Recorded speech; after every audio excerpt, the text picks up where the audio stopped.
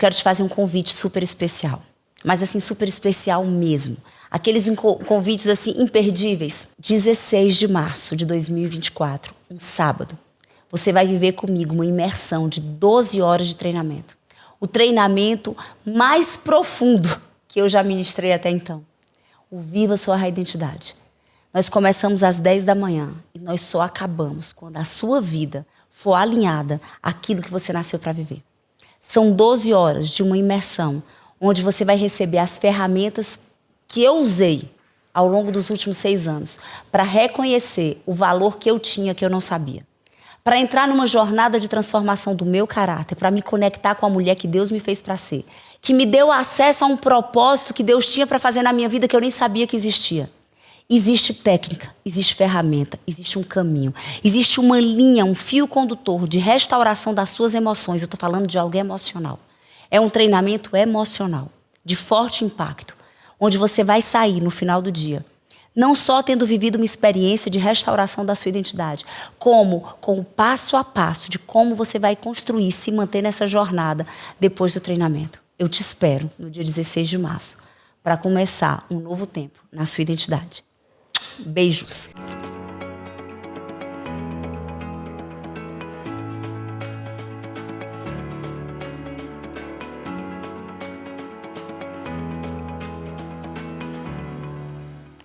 Oi, tudo bem com você? Bem-vindo a mais um EvaCast. E meu coração está cheio de expectativa do que nós vamos viver nesse episódio, né, do nosso podcast. Mas assim, expectativa. Eu estou com uma pessoa muito especial. Eu tenho certeza que você eu acredito até que você já foi tocado pela vida dessa pessoa. E é com muita honra, com um coração muito grato e entendendo que não é por acaso que eu tenho o prazer hoje de receber o pastor Júnior Rostirola na minha frente aqui no nosso EvaCast. E vocês sabem que eu nunca gosto de eu apresentar o meu convidado. Porque eu entendo que eu falo do que a pessoa faz. E eu não consigo falar quem ele é. Então eu vou deixar que, pastor, se apresente para a nossa audiência. O prazer é meu, Camila. Estou muito grato, né, pelo convite e também pela recepção, pelo carinho que você me recebeu aqui. Eu sou um filho amado de Deus Pai, sou casado para sempre com a Michele e pai para toda a vida do João Pedro e da Isabela. E hoje também pastorei uma igreja no sul do país, em Santa Catarina, em Itajaí, Igreja Reviver. E tenho me colocado à disposição do reino para realmente fazer aquilo que Deus tem preparado para mim nessa estação. Gente, o pastor eu estava contando para ele que antes de recebê-lo eu fiz uma imersão, tá? Eu acho que ele nem sabia que existe esse treinamento. Existe uma imersão no pastor Júnior. E eu tô há 4 dias ouvindo ele enquanto eu treino. Pastor, a gente não conseguiu conversar de tudo. Todos os dias de manhã, enquanto eu treino, eu escuto uma ministração. É diário, faz parte dos meus rotineiros. Eu preciso desse tempo com Deus. Isso não é o meu secreto. Mas eu começo o meu dia, eu digo assim, olha, você já imaginou o poder de você ser treinado todo dia pela palavra de Deus? Então, o tempo que eu faço meu treino aeróbico, eu escuto uma ministração. Então, eu estou imersa na unção que você carrega desde sábado. Então, já foi sábado, foi domingo, foi segunda, foi terça. E é muito poderoso ver o que o Senhor transformou na sua vida. Eu acho que a maior mensagem diante de tudo que eu vejo a frase que ficou no meu coração foi: o meu passado não me define, o seu passado não se define. Sim. Deus, quando Ele diz que Ele faz nova todas as coisas, eu acho que você é a materialização dessa promessa de Deus, que eu faço nova todas as coisas. E eu estava pensando por onde começar, né? Então eu vou deixar que você comece do começo que está aí no seu coração. Quando eu digo para você, o teu passado não definiu o que o Senhor queria fazer no mundo através da sua vida. Sim, realmente eu entendo que Deus é um Deus que Ele transforma qualquer realidade. E se for preciso trazer à existência aquilo que não existe, Ele traz. E pela minha vida, pela minha família, pelo meu histórico, na verdade, eu me considero um cara muito improvável, né? Mas que Deus realmente transformou e hoje tem me usado pela misericórdia dele. Eu nasci num lar completamente disfuncional.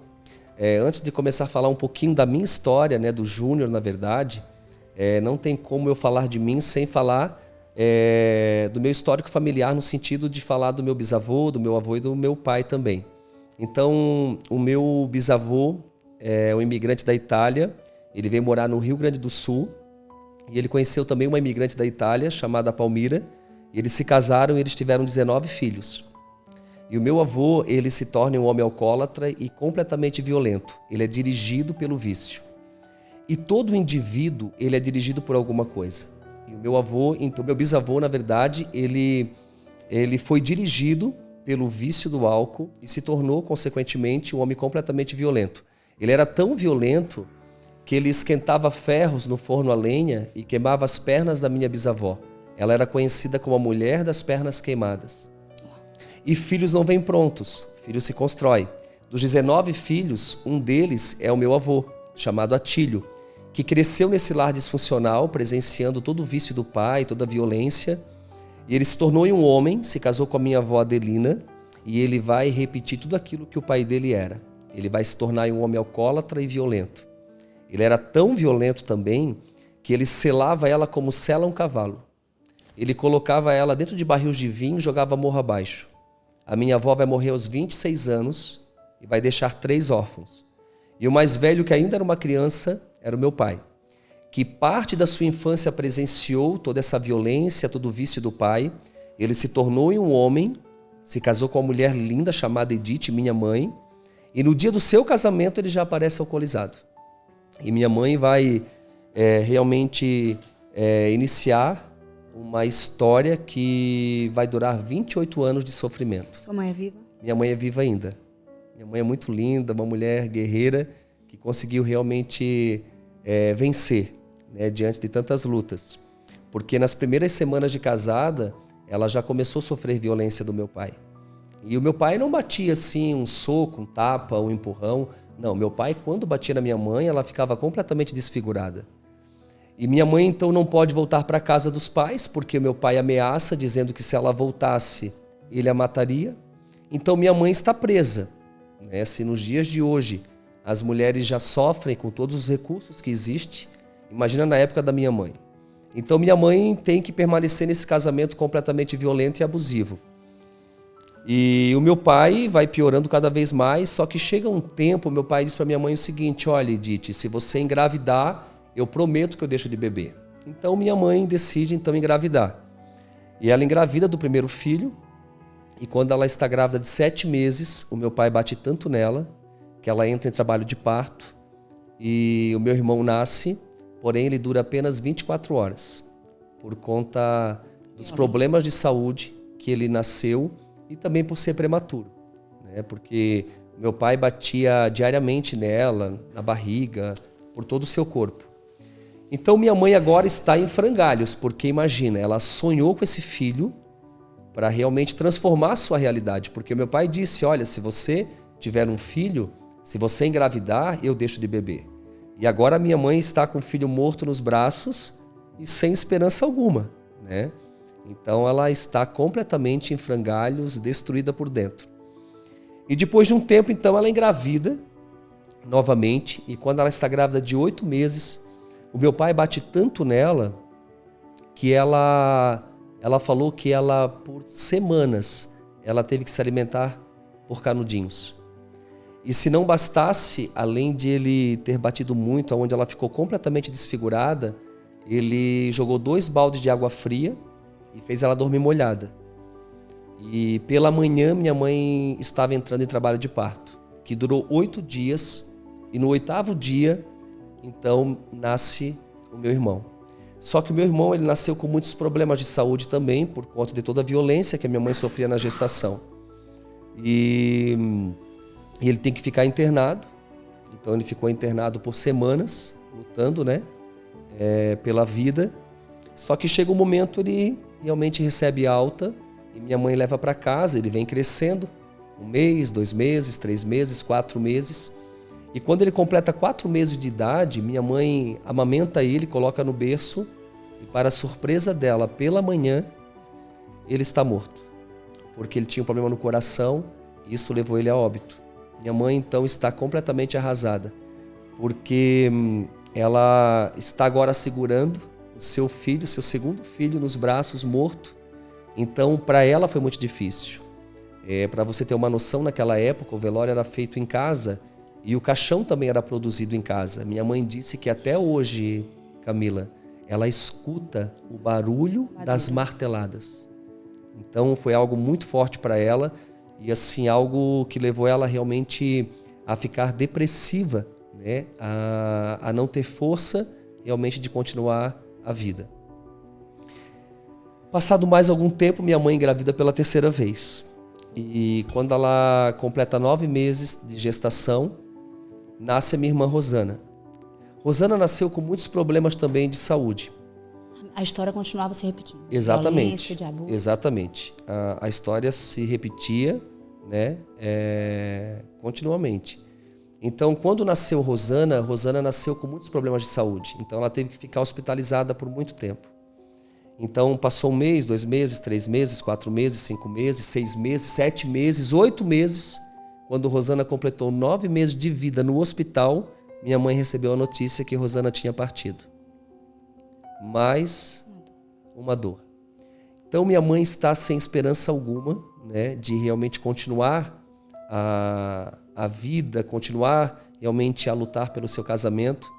Mas o pai continuava a dizer para ela que se ela tivesse um filho, ele deixaria de beber.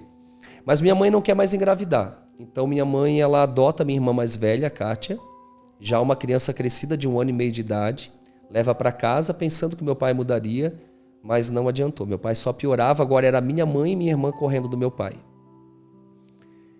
E o meu pai sempre com aquela questão, né, prometendo que se ela tivesse realmente uma gestação, só que agora ele mudou, né? Ele mudou, na verdade, a fala, porque ele começou a dizer para minha mãe que se ela tivesse um filho homem, ele deixaria de beber. Mas Kátia vinha crescendo e minha mãe não queria mais engravidar, mas o meu pai continuava a dizer que se ela tivesse um filho homem, ele prometia para ela que ele deixaria de beber. Então minha mãe tenta uma 4ª gravidez e no dia do nascimento nasce a minha irmã Cristiane, nasce uma menina. Então não nasceu o menino tão esperado. Minha mãe tenta uma 5ª gravidez e nasce a minha irmã Michele. E minha mãe disse para mim que por um acidente ela engravidou de mim. E quando ela falou isso, Camila, eu já era um jovem, eu já conhecia Deus. E eu lembrei a minha mãe que a Bíblia diz que antes que eu chegasse no ventre dela, eu já tinha realmente sido projetado por Deus Pai. Né? Você que está nos assistindo, se algum dia você ouviu dos seus pais que você foi um acidente, que você não foi projetado, projetada, eu quero te lembrar nesse momento que você é um sonho de Deus realizado. Você é um projeto de Deus. Então, eu lembrei minha mãe, né, que eu realmente era um sonho de Deus. Então, nasceu o Júnior. Você tinha quantos anos quando soube disso? Eu tinha 15 anos para 16 anos. Então, nasceu o Júnior e meu pai não cumpriu com a promessa. Né, ele continuou sendo realmente violento, não largou do vício. E a minha primeira surra foi aos 7 meses. Eu estava na cama com a minha mãe, estava realmente muito frio, a gente mora no sul.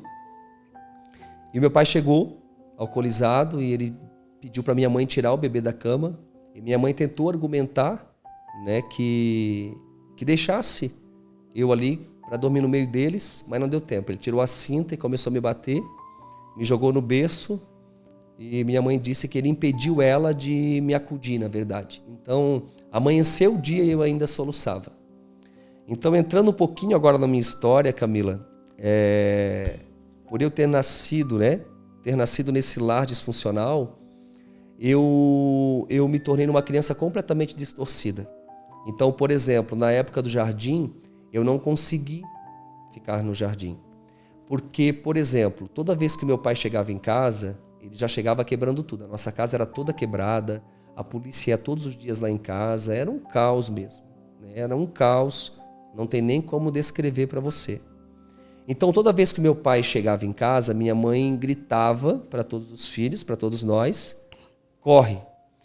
E eu, por ser o caçula, minha mãe sempre me pegava no colo. Então, o colo da minha mãe sempre foi o meu porto seguro.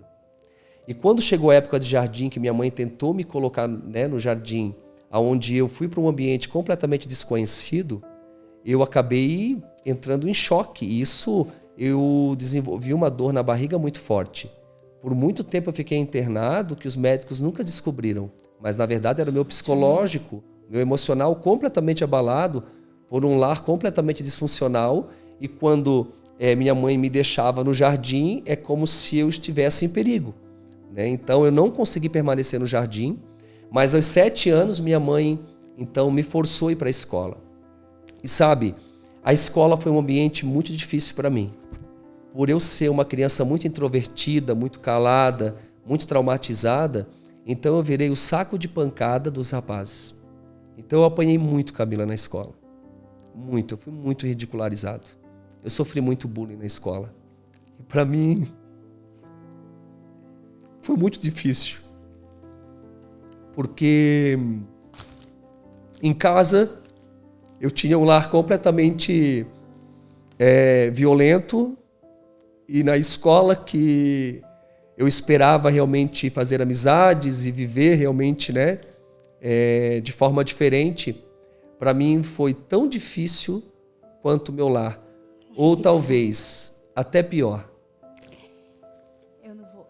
Estou aqui em dúvida se eu interrompo, se eu não interrompo.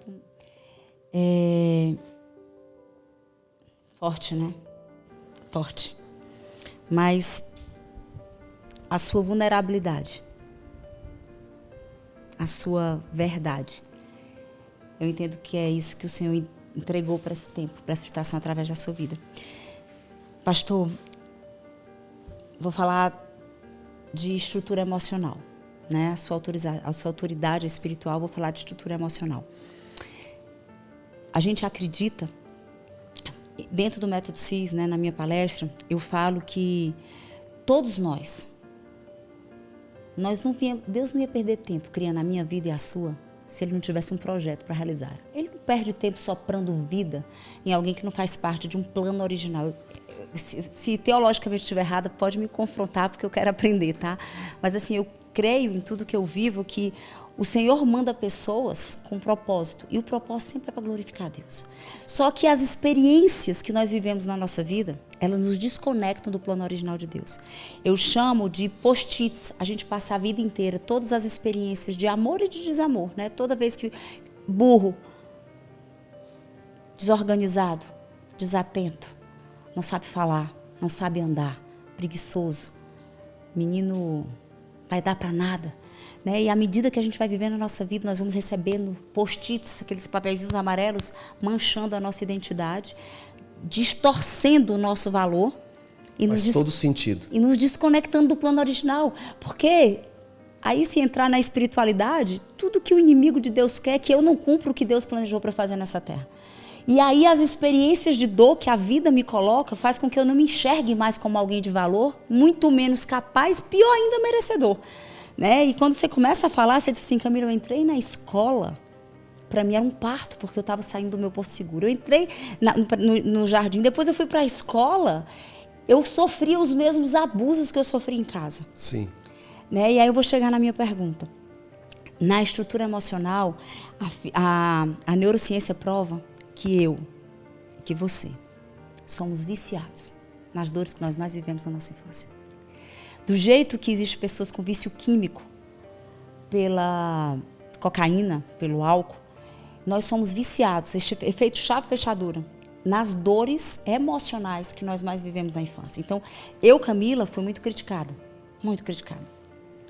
E eu cresci criando situações onde eu me vejo constantemente, onde eu me via, antes de entrar na jornada de cura da minha alma, onde eu me via criticada. E aí a primeira pergunta para você é: você chegou na escola e você continuou vivendo a rejeição que você vivia na sua casa. A separação, a inadequação, o não aceito, o não amado, o não desejado, né? E hoje eu tenho certeza que você não tinha clareza disso quando você tinha 18 anos. Não. Você consegue ver que você assim, atraiu situações para se sentir rejeitado em várias instâncias da sua vida? Sim, na verdade faz muito sentido o que você está falando, porque assim, Camila, todo indivíduo ele é dirigido por alguma coisa. E eu gosto de citar a palavra de Deus, e principalmente aquela parábola que Jesus compartilhou daquele pai que tinha 2 filhos. E um dos filhos decide sair de casa por quê? Porque ele acredita em algumas mentiras. Por exemplo, que era melhor viver longe da presença do pai, longe da intimidade do pai, longe da casa do pai. Que era melhor seguir o seu caminho. Então ele sai de casa e quem ama dá liberdade. Aquele pai deu liberdade para ele viver aquilo. Só que chega um momento ele cai em si. Quando ele cai em si, ele lembra da casa do pai. Porque aquele pai guardou boas lembranças na memória daquele filho. E ele volta para casa e ele diz: pai, pequei contra o céu e contra ti. Até aí tudo bem, ele está arrependido. E o arrependimento, ele te lança novamente ao propósito. Porém, ele acreditava ainda em uma mentira. Que ele nunca mais poderia ocupar a posição de filho. Porque ele começa a dizer, ele continua dizendo o seguinte: não sou mais digno de ser chamado teu filho. Aquele pai não dá ouvidos e ele diz para os seus servos: depressa, depressa, tragam vestes novas e vistam ele, coloquem um anel em seu dedo e calçados em seus pés. Matem-no, o novilho gordo, e vamos fazer uma festa, pois este meu filho estava perdido e foi achado. E começaram a festejar. Então, eu vejo que aquele filho acreditou em algumas mentiras. E muitas vezes a gente não flui, a gente não vive de fato o nosso plano original, o propósito original de Deus para as nossas vidas por acreditarem em mentiras, por nós acreditarmos em mentiras. E muitas vezes não é nem só mentiras, são circunstâncias contrárias. No meu caso, começou as circunstâncias me levar a acreditar em algumas mentiras, né? Porque a vida por si só ela machuca, mas eu entendo que Deus nos cura. Então eu comecei a viver as circunstâncias contrárias e consequentemente eu comecei a acreditar em algumas mentiras. Por exemplo, que eu não era amado, que eu não era aceito. Então eu me colocava em situações realmente de rejeição em alguns momentos, mesmo não sofrendo rejeição.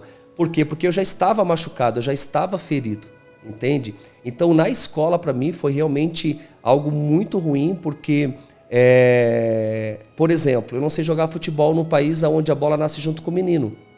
Né? Por quê? Porque toda vez que eu me aproximava dos meus colegas, eles diziam que eu não sabia andar e que eu não sabia correr. Rejeição. Então, essa rejeição, né, essa circunstância contrária, me levou a acreditar nessas mentiras. Então, por muito tempo eu fui dirigido por essas mentiras, que eu não sabia andar e que eu não sabia correr.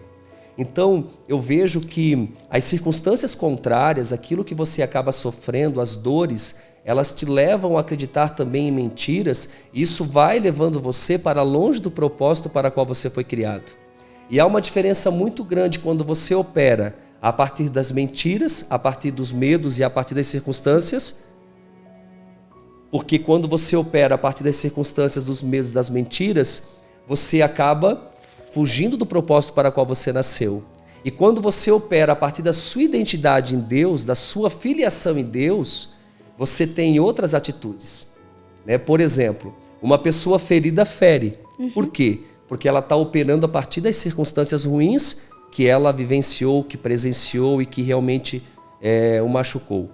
Mas quando você está em Deus e você sabe quem você é, ainda que você sofra rejeições, ainda que você sofra alguma aceitação. Isso, exatamente. Você opera a partir de quem você é, então aquilo não te define, né? Porque você sabe quem você é, quem você não é e quem você vai se tornar. Então eu vejo que o que você falou faz muito sentido, porque as circunstâncias contrárias, as mentiras, as palavras que muitas vezes são lançadas, elas nos levam para longe daquilo que de fato é o propósito de Deus. E a gente acaba se tornando um ser completamente distorcido, deformado, que era o meu caso, porque eu fui paralisando cada vez mais.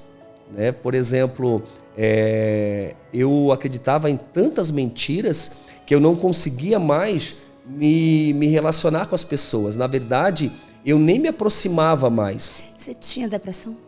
Eu tinha depressão e eu não sabia. Eu fui descobrir depois, porque naquela época não se falava em depressão. Né? Mas, por exemplo, eu lembro de cenas, eu saindo da escola, no término da aula, e os rapazes me batendo, me chutando, pegando a minha mochila, jogando longe, eu tinha uma conga, tirando a minha conga, baixando as minhas calças. Então, para mim era muito vergonhoso, porque eu não tinha nenhuma expressão, nenhuma atitude. E ali todo mundo ria de mim, todo mundo debochava. Então isso era praticamente todos os dias. Chave fechadura. A violência e a humilhação da casa. Sim. Se colocando numa situação para viver exatamente a mesma dor. Exatamente. Então, isso foi me paralisando cada vez mais. Eu fui me tornando numa criança completamente introvertida. Aos 13 anos, Camila, eu não consegui mais ir para a escola. Eu cheguei para minha mãe e disse, eu não consigo mais. Minha mãe tentou insistir, mas não houve meio. Eu me paralisei dentro do meu quarto e ali eu fiquei. Eu só saía do meu quarto quando meu pai chegava. Porque nessa época ele não trabalhava mais, minha mãe tinha que trabalhar para sustentar a casa, então minha mãe era sacoleira, fazia blusas de lã para vender. Então ela saía durante o dia e meu pai ficava no boteco durante o dia. Só que à noite ele voltava para casa, completamente violento, né, bêbado. Então nós saíamos de casa porque o meu pai realmente era muito violento. Por anos nós dormimos na rua. Por anos nós dormimos nas casas dos vizinhos. Então nessa época eu comecei a desenvolver outras mentiras a meu respeito. Por exemplo, os meus olhos são claros porque eu sou parecido com a minha mãe. E o meu pai tinha os olhos escuros. E eu sonhava tanto em ter um pai que eu acreditei na mentira na época que o meu pai não me amava porque os meus olhos eram claros, não eram os olhos dele. Por exemplo, os meus cabelos eram claros. Então eu acreditava na mentira que o meu pai não me amava porque os meus cabelos não eram os cabelos dele. E isso foi me paralisando cada vez mais. Nos dias de hoje as crianças se cortam. Eu não me cortava, eu tentava arrancar os meus olhos com as próprias mãos. Então, nessa época também, eu chupava... Você tinha quantos anos? Eu tinha 13 anos, quando eu cheguei no fundo do poço, numa depressão profunda. Eu chupava dedo e cheirava fralda. Por que eu cheirava fralda? Porque aquela fralda, ela tinha o cheiro da minha mãe. Então, assim, como minha mãe tinha que trabalhar, durante o dia eu ficava cheirando aquela fralda. Mas aos 13 anos, nessa época, minha mãe disse que eu não podia mais cheirar a fralda. Porque eu já era realmente, né, um jovem, eu já tinha crescido, enfim. E era feio eu cheirar a fralda. Quando minha mãe tirou a fralda, foi como se ela tivesse cortado as minhas pernas. Para mim foi muito difícil. E eu aprendi uma coisa, Camila, na dor, o nosso sistema de valores é abalado e a gente se volta para aquilo que é importante. Foi nessa época que eu recebi um convite para ir à igreja e eu, então, realmente estava completamente todo machucado, todo ferido, e eu aceitei ir para a igreja. E a igreja, para mim, foi realmente muito importante. Gente, enquanto o pastor falava, fiquei aqui muito forte, que eu me vi no lugar de quem está assistindo esse vídeo. E nós estávamos falando da dor e você dizia, porque quem sabe no Senhor qual é a sua identidade, quem sabe no Senhor, né? E nós chegamos ao ponto, porque ele nem sempre soube no Senhor, né? Ele não tinha um relacionamento, ele não nasceu num lar cristão, ele não tinha, mas ele disse que nesse estado onde ele estava de maior dor, ele recebeu um convite. E aí eu me pergunto quantos convites você já recebeu e você nunca se posicionou para dizer sim, né?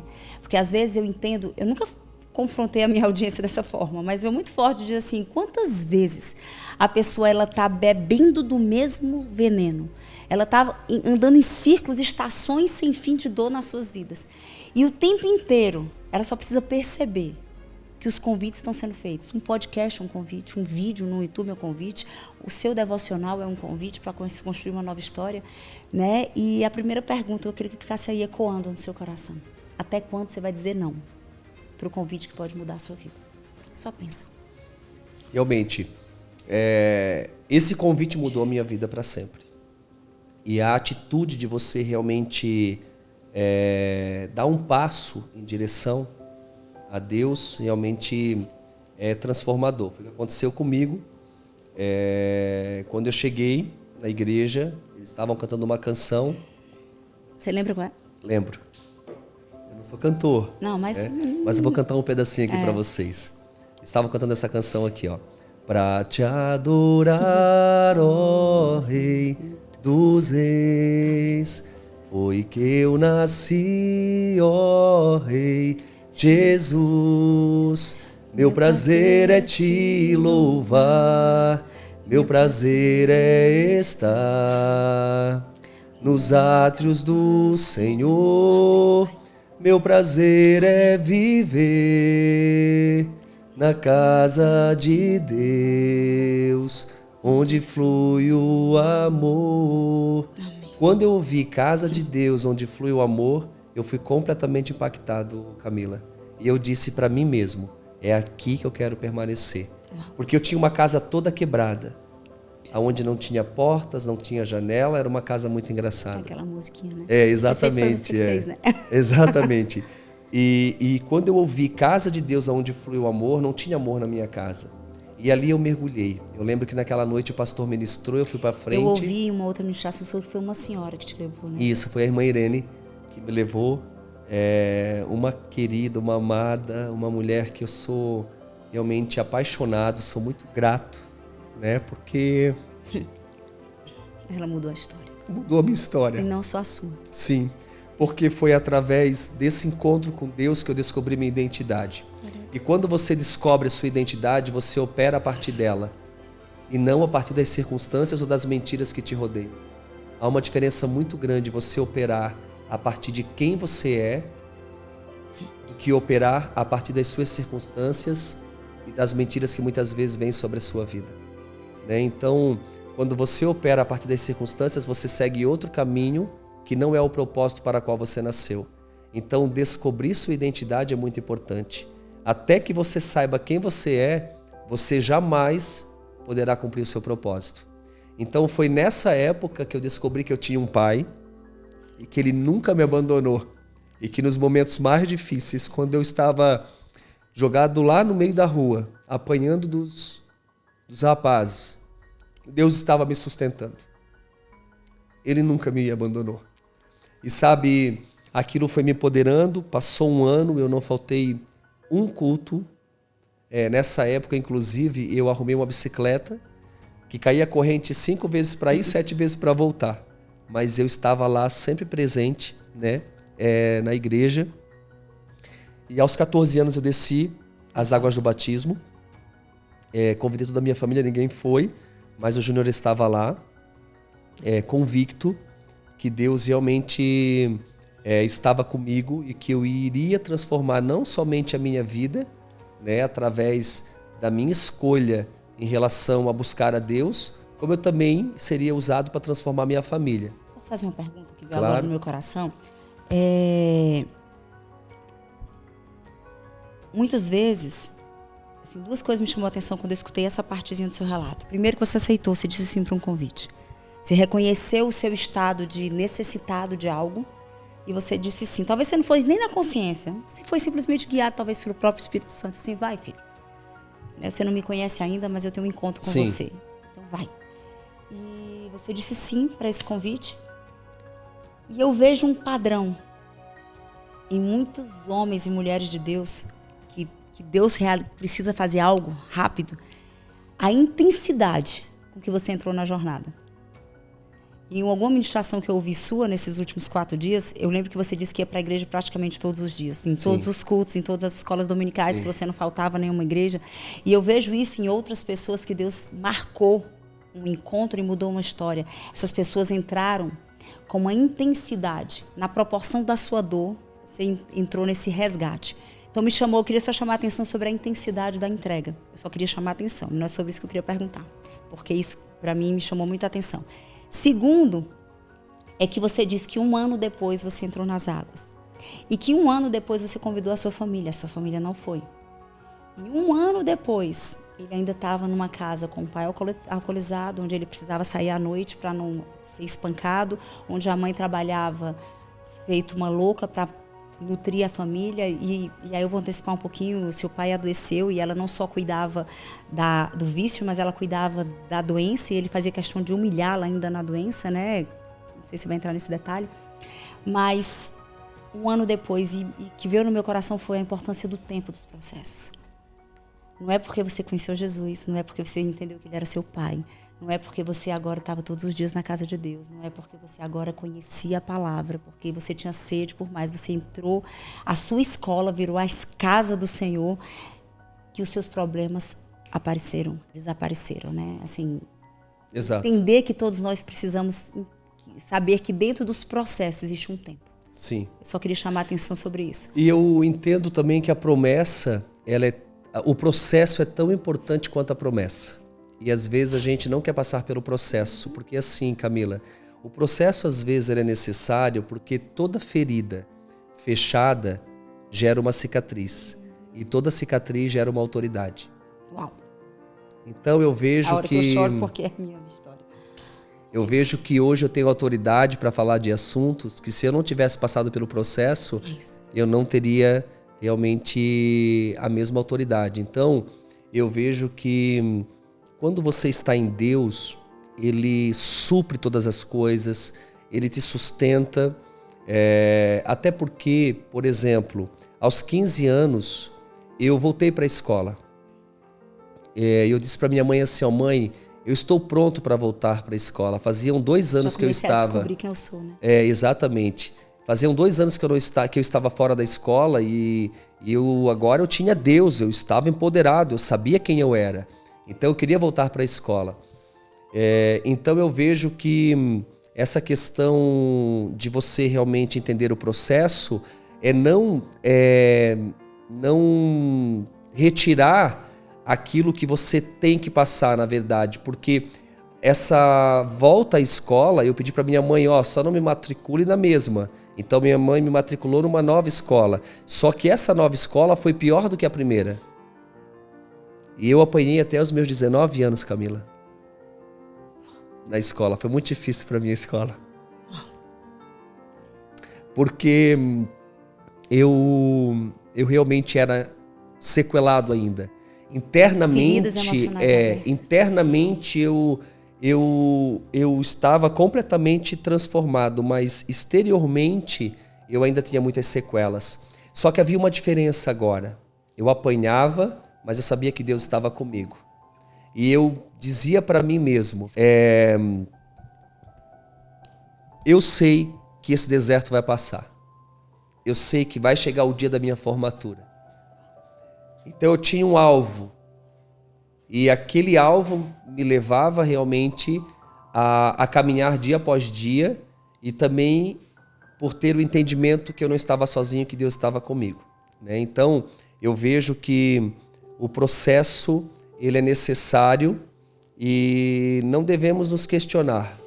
Porque muitas vezes a gente acaba se questionando, por que eu estou passando por isso? Calma, né? Calma, porque lá na frente você vai entender. Pastor, eu vivo. Não sei se você ainda vive isso. Que o meu processo não vai ter fim. Eu me comparo a um videogame. Né? Na hora que eu venço um nível, passa de fase. Próximo nível. E para aquele outro nível. E para cada nível, né, novo, você tem realmente um desafio. De outra forma. Exatamente. Sou esticado de outra forma. Então, só para você que está nos assistindo, talvez você olhe para a história dele. A minha história é diferente da dele. A dor dele é com o pai, a minha com a mãe, a minha dor de mãe. Quando eu olho a dele, eu não tenho mais nem coragem de falar da minha. Porque é surreal o quanto Deus te guardou. Né? Você é um escolhido, um vitorioso. Porque quando nós vemos pessoas que foram marcadas pela vida com as memórias dentro da inteligência emocional, que é a nossa área, a gente fala que a matriz da crença do indivíduo, imagina uma pirâmide, onde a base está a identidade, o ser.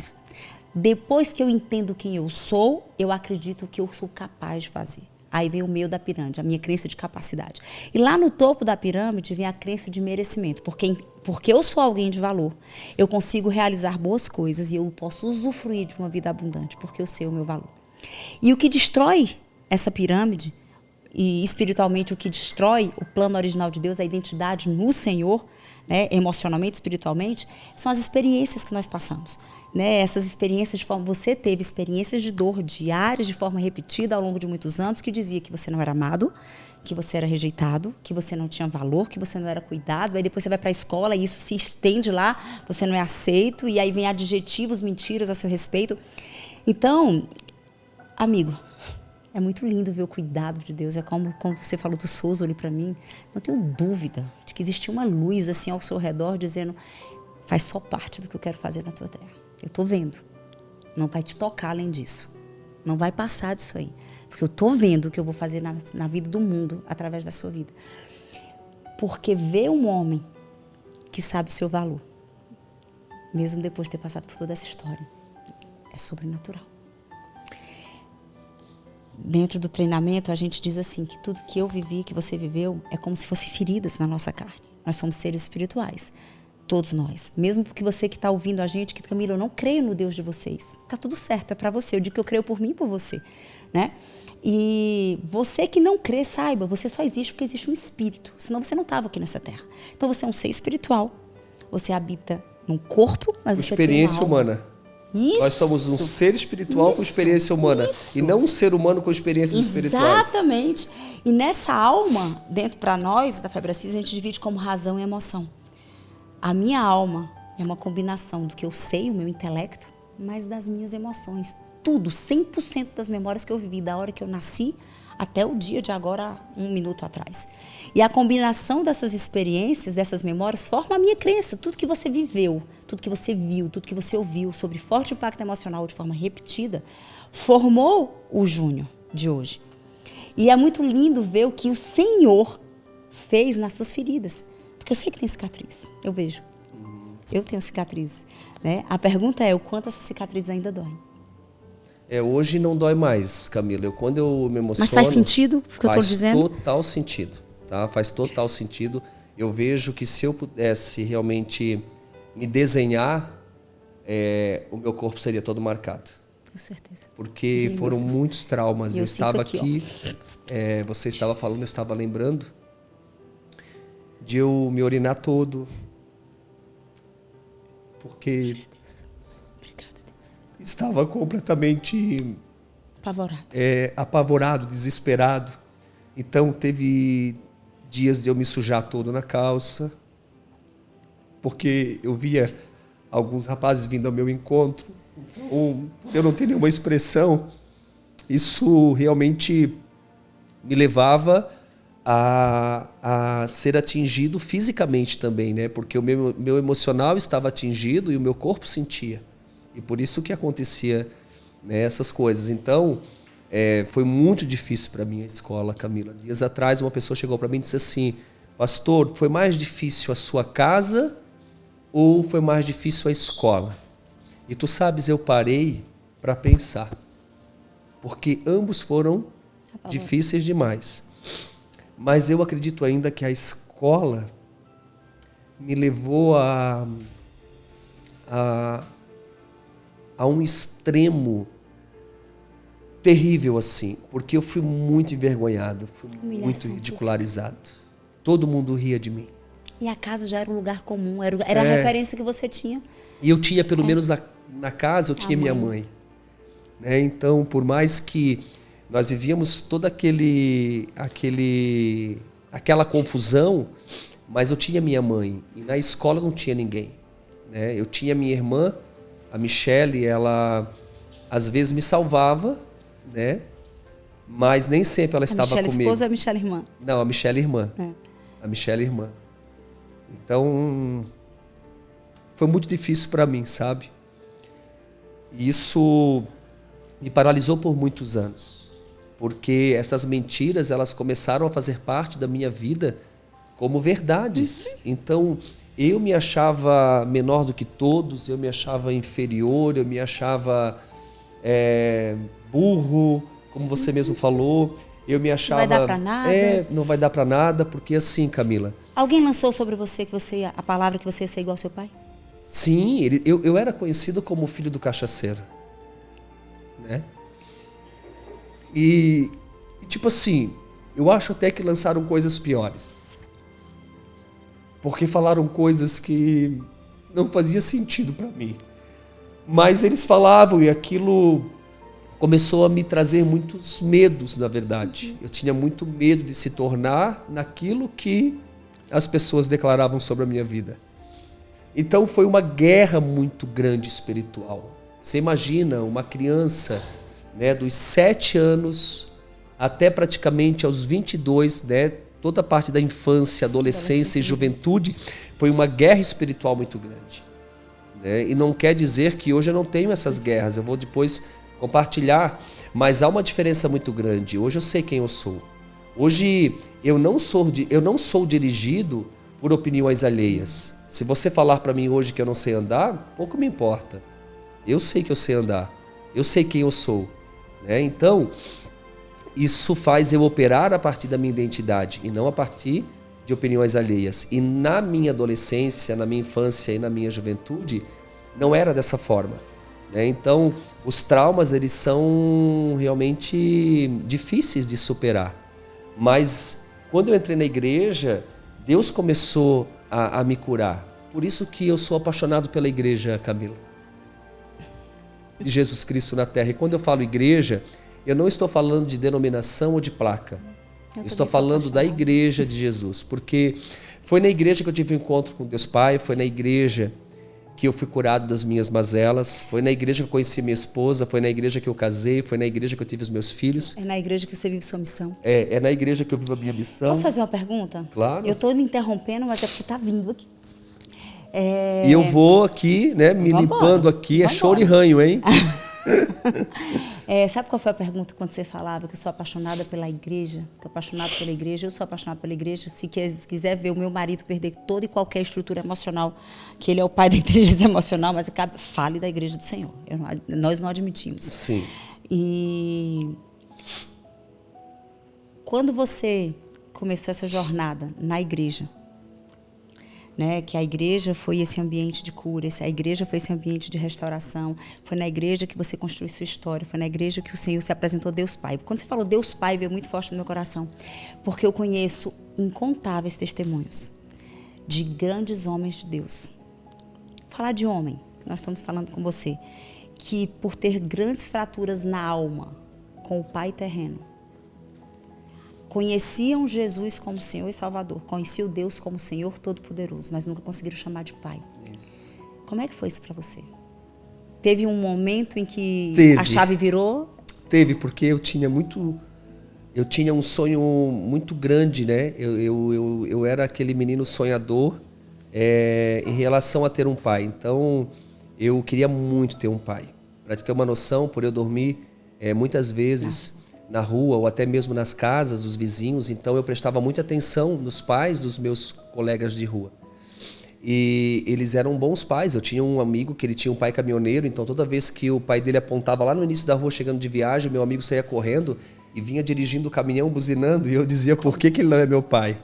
Né? Então, a vontade de ter um pai, até mesmo porque eu queria muito jogar bola, né? E como eu não era aceito em nenhum time, na minha mente é porque o meu pai nunca me ensinou. Então, querendo ou não, eu também transferi uma certa culpa para ele. Então, essa questão de querer muito ter um pai sempre foi muito presente na minha vida. E quando eu conheci Deus Pai e eu ouvi a primeira mensagem, eu ouvi que Deus era um bom pai. Então, eu aceitei... Primeiro dia da igreja? Primeiro dia da igreja, Camila. Porque Deus usa a estratégia certa, né? Sim, eu aceitei ele como um pai. Então eu disse, eu quero esse pai. E foi naquela noite que eu recebi Deus como pai.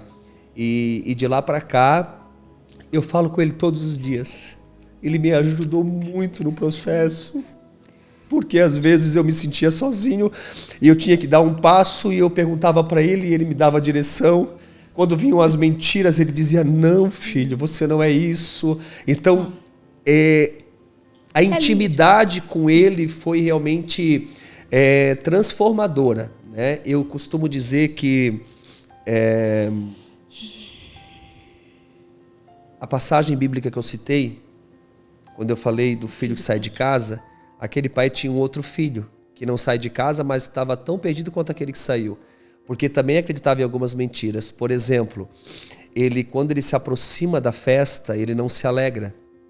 E ele, então, questiona algumas coisas. O pai se aproxima dele e ele diz, como pode o Senhor festejar a volta deste teu filho que esbanjou os teus bens com as prostitutas? A mim nunca me deste sequer um cabrito para eu festejar com os meus amigos? Mas esse teu filho voltou e tu matas um novilho gordo e faz uma festa? E aquele pai, ele olha para ele e diz assim, ó, filho, tudo que eu tenho é teu. Aquele pai estava dizendo praticamente o seguinte, filho, você está acreditando em algumas mentiras, que você não tem direito a nada, que eu nunca te dei nada, que você realmente é esquecido. Isso é mentira, filho. Sabe, o que eu aprendo com isso, Camila?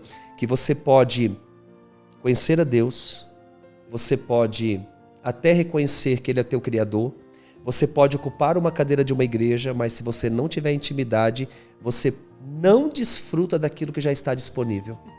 Esse filho não sai de casa, sabia quem era o pai, mas não tinha intimidade. Por não ter intimidade, não desfrutava. Não é que os céus vão se abrir, os céus já estão abertos. Não é que Jesus vai morrer na cruz do Calvário, Ele já morreu e já levou sobre si as nossas dores, e o castigo que nos traz a paz estava sobre Ele, pelas suas pisaduras nós fomos sarados, curados. Então, a partir do momento que eu entendi que Deus era meu Pai, eu comecei a desfrutar de tudo aquilo que Ele me disponibilizou. E hoje, Camila, eu posso dizer para você, eu tenho mais do que eu mereço. Tenho mais do que eu mereço em todas as áreas da minha vida. Deus tem me dado tanto. E sabe, isso é prosperidade. Prosperidade é não ter falta de nada, é não te faltar a paz, é não te faltar a alegria, é não te faltar o amor. Porque eu desenvolvi uma fé muito agressiva, Camila. E eu venho com essa fé até os dias de hoje. Quem caminha no meu lado, toda a minha equipe, né? Hoje eu tenho uma equipe muito grande, tanto na igreja quanto no Café com Deus Pai, enfim. Na editora também, que eu tenho uma editora. E eles sabem que eu dou passos assim, que é inacreditável. Mas não tem como você dar esse passo. Mas se o meu Deus falou, é possível. Eu lembro que um dia Deus falou para mim que eu tinha que escolher um terreno que era para me construir uma igreja maior, porque não cabia mais o povo dentro da que eu estava. E eu tinha R$ 1.850 na conta bancária da igreja. Eu nunca trabalhei com dinheiro na conta bancária da igreja que eu pastoreio. Se Jesus voltar hoje, Ele não pega uma conta milionária. Pega uma obra Tudo grande. Que entra, exatamente, eu aplico em vidas. Então eu tinha R$ 1.850 na conta bancária e eu assinei um contrato milionário, Camila. No dia da assinatura, eu estava sentado com os proprietários e eu acredito que eles olharam para mim e pensaram o seguinte: esse cara tem muito dinheiro. E eu tinha R$ 1.850 na conta bancária da igreja. E eu assinei um contrato milionário com a obrigação de construir um templo que nos custaria mais de 5 milhões. Pois eu assinei, nós saímos do cartório, o vice-presidente da igreja perguntou assim: agora, pastor? Eu disse: agora a hora. Porque nós não tínhamos dinheiro nem para colocar uma máquina para limpar o terreno. Não tinha. Pois em 1 ano e 2 meses nós construímos um templo para 3 mil pessoas sentadas, sem ficar devendo R$1 para ninguém. Ousadia de quem sabe quem é e que sabe. Exatamente. Então, eu vejo Deus em todos os momentos, eu sinto Deus em todos os momentos, eu falo com Deus em todos os momentos. E assim foi, né, na minha adolescência, porque eu, aos 14 anos, então, eu me batizei. E logo após, o meu pai ele ficou muito doente, ele foi se entrevando, ele ficou todo torto assim. Os pés vieram aqui na barriga, ele ficou desse tamanho assim, ó, do tamanho de uma criança de 5 anos. No osso e na pele, no fundo de uma cama. Ele tinha 2 escaras aqui, nas laterais, que apareciam os ossos. E minha mãe decidiu cuidar do meu pai. E ele era tão ruim, para você ter uma noção, minha mãe ia levar um prato de comida para ele, quando ela dava as costas, ele dava um jeito de jogar o prato nela. Ele se sujava todo, ele passava nele na roupa de cama, para minha mãe limpar. E uma tarde ele chamou a minha mãe, os filhos todos no quarto. Chamar sua mãe para fazer um podcast. Ah, sim. Vai ser choro e ranho com a mãe. A mãe é choro e ranho. Já quero conhecê-la, já quero dar um abraço nela. Ela é linda demais. A minha mãe é uma preciosidade. Eu sou apaixonado por ela. E até hoje eu sinto o cheiro dela. Ainda ela às vezes pega no meu pé. Ah, filho, não te dou mais colo, tu não tens mais tempo, né? Só que assim, eu realmente sinto ainda o cheiro da minha mãe, sabe? De tão forte que foi a maternidade da minha mãe. Como foi que você levou ela para Jesus? Então, aí o meu pai, nessa tarde, ele aceitou a Jesus. E ele pediu perdão para minha mãe pelos 28 anos que ele fez ela sofrer. E eu aprendi uma coisa, Camila. o perdão, ele abre portas para inúmeros sentimentos. E após ele ter pedido perdão, a língua dele começou a enrolar, a gente viu que ele começou a passar mal. Chamamos a ambulância, levaram ele para o hospital. E 15 dias depois ele voltou para casa, mas ele voltou dentro de um caixão. Meu pai morreu aos 54 anos, quando eu tinha 14 anos. Enterramos o meu pai. Quando chegamos em casa, olhamos para a casa era toda quebrada. A sala, ele tinha colocado fogo, então era toda queimada. Era um caos a casa, era um caos. E eu disse para minha mãe, mãe, Deus vai realmente nos abençoar e restituir tudo. Um ano depois, aos 15 anos, minha mãe, minhas 3 irmãs e todos os meus cunhados estavam descendo as águas do batismo na igreja que eu congregava. E Deus estava fazendo realmente algo extraordinário, novo na minha família. Dos 13 anos aos 22 anos, quando eu me casei, foi um processo realmente difícil, mas que eu consegui vencer. Porque eu voltei para a escola aos 15, como eu falei, enfrentei muitas lutas, mas ainda vinham as mentiras que eu nunca teria amigos. Sabe, Camila, eu me identifiquei tanto contigo nesse tempo que nós estamos juntos, no dia de hoje. E eu entendo que eu estou levando uma grande amiga. Sim, com certeza. E ter a sua amizade para mim é muito importante. Amém. Porque por muitos anos eu acreditei na mentira que eu não teria amigos. E hoje Deus tem me dado muitos amigos. E hoje te chamar de amiga realmente alegra o meu coração. E eu vejo Deus realmente em todo tempo, em todos os momentos da minha vida. Nos mínimos detalhes, né? Então, vinham essas mentiras, que eu não teria amigos, mas Deus falava que eu teria muitos, que eu não teria uma família, que eu não casaria, que eu não teria filhos. E aos 19 anos eu conheci Michele. E Michele decidiu então namorar comigo, não sei o que ela viu em mim, porque eu tinha 25 quilos a menos, era todo sequelado, eu não falava, mal e mal andava, porque ainda as sequelas daquelas palavras, daquelas feridas lá da infância, ainda estavam presentes na minha vida. Porque assim também, Camila, teve áreas da minha vida que eu não deixei Deus mexer. Não deixei Deus mexer. Eu não deixei Ele mexer. E por eu não ter deixado Deus mexer nessas áreas, eu tentava esconder essas áreas e tentava controlar elas. E isso foi um erro meu. Porque isso protelou, né, por muito tempo na minha vida. Exatamente. Pastor, é porque eu já sei um pouquinho mais da sua história, você ainda não conhece a minha. Mas eu pedi licença para lhe interromper para falar exatamente isso para as pessoas que estão nos ouvindo. São histórias completamente diferentes. E eu nunca, em tudo que eu lhe ouvi nos últimos dias, eu nunca vi você dizer que existem áreas na sua vida que você não deixou Deus tratar por um tempo. A minha história é diferente e eu digo que eu tinha, há 6 anos e meio, eu estou vivendo um processo de resgate da minha identidade. Camila, só há 6 anos e meio, só há 6 anos e meio. Porque as minhas experiências do passado, completamente diferentes da sua, mas as minhas experiências do passado, as dores e as mentiras que eu acreditei ao meu respeito, me fizeram uma mulher que fazia tudo muito bem feito. Uma mulher extremamente produtiva, realizadora, que prosperou em todas as áreas, só que eu fazia as coisas certas pelo motivo errado.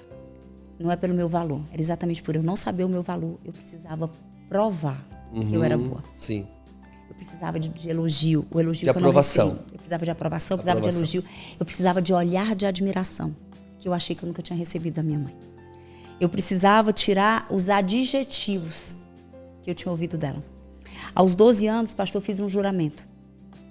Num ato de rejeição, de humilhação, de comparação, onde num jantar em família, um almoço de família, eu pedi algo a ela. E ela, publicamente, na frente do mundo, ela disse assim, eu atravessar a cidade para uma vagabunda estudar, na frente de todo mundo. 12 anos. Naquele dia, eu fiz um juramento para um tio. Eu vou contar de forma muito resumida, só para você entender onde eu quero chegar. Eu fiz um juramento para um tio, que eu disse que a partir daquele dia, ninguém nunca mais ia me criticar por desempenho. E que eu ia ser a pessoa que fazia todas as coisas certas. Só que não era porque eu era alguém que tinha valor. É porque eu precisava provar que eu não era uma vagabunda. E eu cumpri.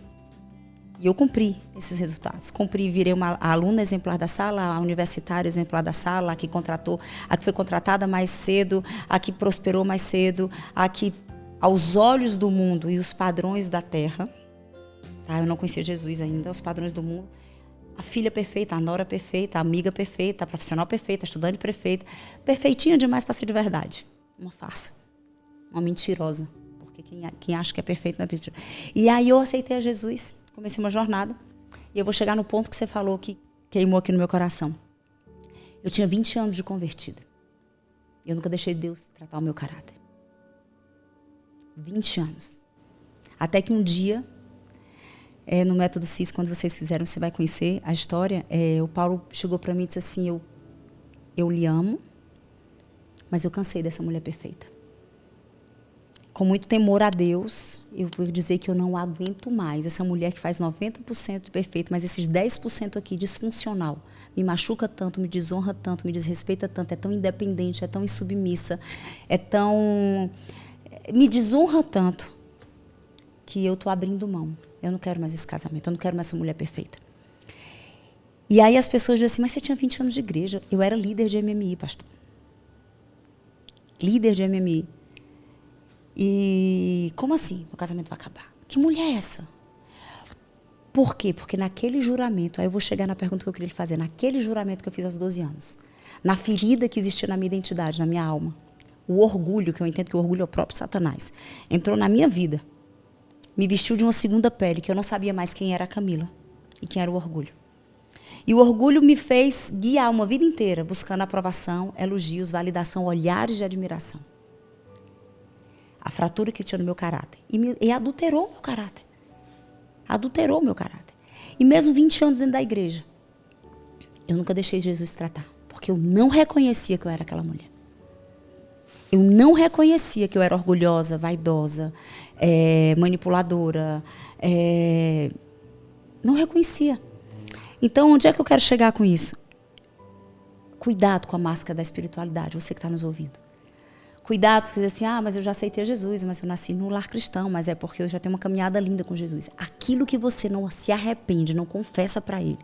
Senhor, aqui está a minha doença, aqui está a minha mazela, aqui está o meu mau caráter, aqui está o meu pecado de estimação, aqui está a minha altivez, aqui está a fratura, aqui está a minha ferida, aqui está a minha falta de perdão. O Senhor não vai... Reconhecer o que está em ruínas, né? É isso. É reconhecer o que está em ruínas. E isso, Camila, é muito importante que você está falando, porque não tem como Deus fazer se a gente não deixar Ele fazer de fato, Ele agir nessas áreas. E o que falta muitas vezes é a humildade de reconhecer o que está em ruínas no nosso interior, ou no nosso relacionamento, ou na nossa vida, né, de modo geral. Então eu vejo que a cura ela vem a partir do momento que você realmente aceita ser tratado, ser curado. Você sai do grau de negação para a aceitação que você precisa de ajuda, que você precisa de Deus, que você precisa realmente mexer naquelas feridas que ainda causam dores, né? Porque tem gente que não quer mais mexer e até considera que está tudo resolvido, mas não está. E aí entra aquela questão, como você falou, mascara. Então, na verdade, uma vida inteira, 20 anos, você mascarou, escondeu algumas feridas e a partir do momento que você abriu e deixou Deus trabalhar, você tem se tornado uma mulher realmente que tem levado cura nos dias de hoje, porque o seu testemunho é inspirador. Né? O pouco que eu sei que você está compartilhando realmente mostra a pessoa que você é. Né? Então, assim, o amor que você tem hoje e a submissão que você tem, inclusive pelo seu esposo, pelo Paulo, é muito perceptível isso. Né? Nos momentos que a gente passou ali juntos, é visível que você se colocou no seu lugar, você entendeu qual é o seu papel de esposa, o seu papel de mãe, o seu papel realmente de amiga, enfim, né? Em todas as áreas da sua vida. Isso é muito importante, Camila. Eu fico muito feliz, porque pessoas curadas curam. Amém. Pessoas feridas ferem. Amém. Então, quantas pessoas você feriu, quantas pessoas eu feri, né, por conta de não deixar Deus realmente trabalhar de forma completa, de forma realmente, né, profunda nas nossas vidas. Se me permite uma pergunta indiscreta? Claro, pode perguntar. Eu disse o que é que o orgulho fez na minha vida. E o que é que ele fez na sua ferida? Ele fez muitas coisas assim terríveis assim. Mas você consegue enxergar? Eu consigo enxergar. Eu era muito difícil, por exemplo, assim, Camila, se alguém colocasse um defeito em algo, eu acabei desenvolvendo um perfil assim de perfeccionismo, né? Então tinha que ser tudo muito perfeito. Então se alguém botasse um defeito, eu já virava, né, um ouriço. Eu digo assim, o monstro, a versão do monstro, exatamente. que todos nós temos, é só tocar na ferida. Exatamente. Então, o meu jeito sempre era o melhor, né? Quando eu comecei a me achar que eu estava curado. Tem que estar no controle. Exatamente, eu tinha que estar no controle de algumas coisas. E quando eu entendi isso, eu fui me desarmando.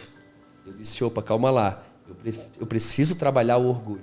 Né? E o orgulho não é só aquela questão que você muitas vezes toma frente. Por exemplo, eu sou um cara que eu sou muito generoso, eu sou doador.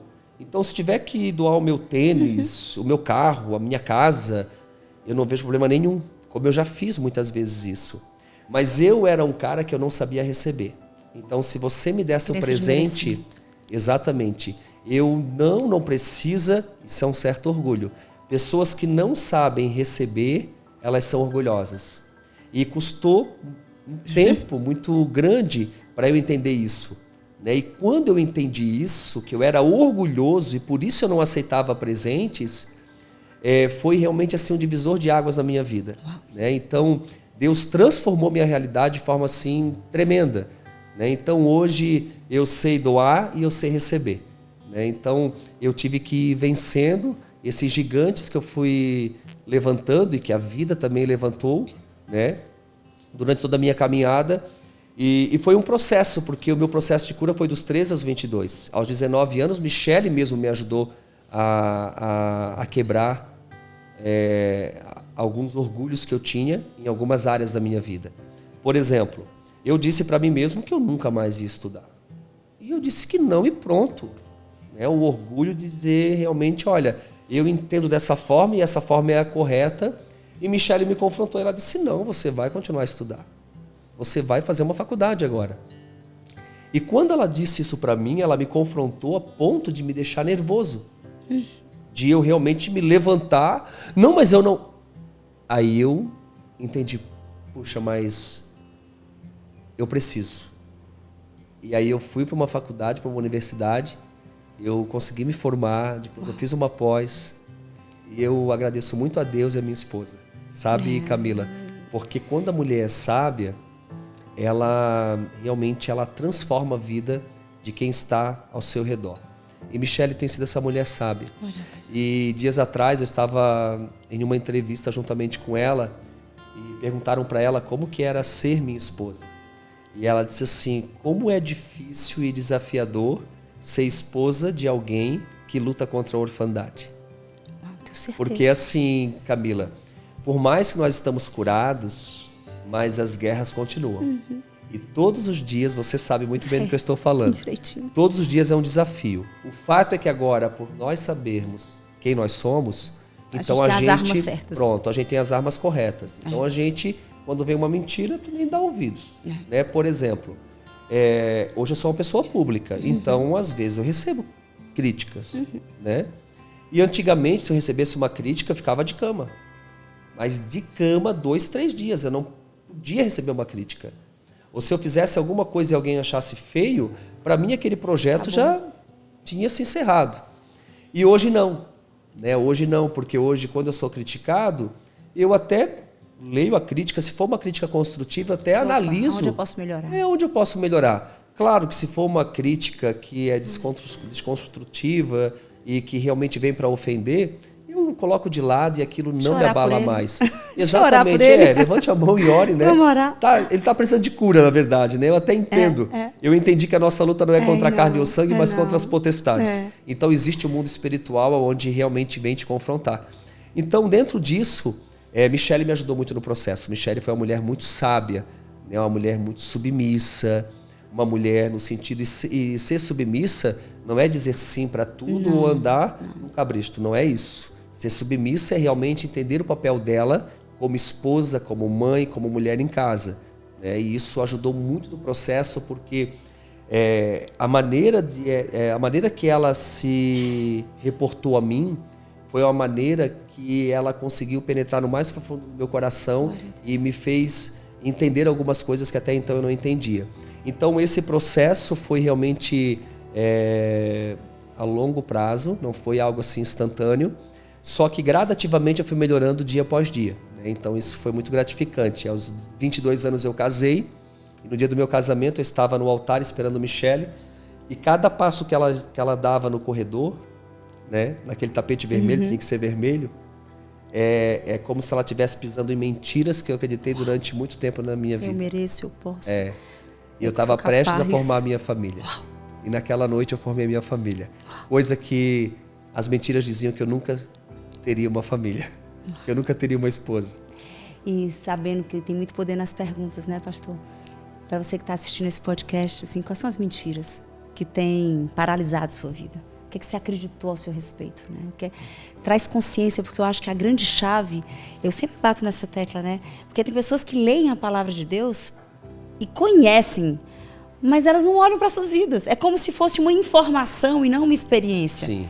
É como se fosse um conhecimento que ele não sai daqui da razão, mas eu disse assim, tem que deixar isso doer no coração, tem que passar. Né? Então, tudo que você está ouvindo aqui, olha para a tua vida. Ele está falando da história dele, eu falei um pouquinho da minha, mas assim, é sobre a sua vida e as suas memórias. E qual foram as dores? E o que é que você passou? Quais são as marcas que essas experiências deixaram?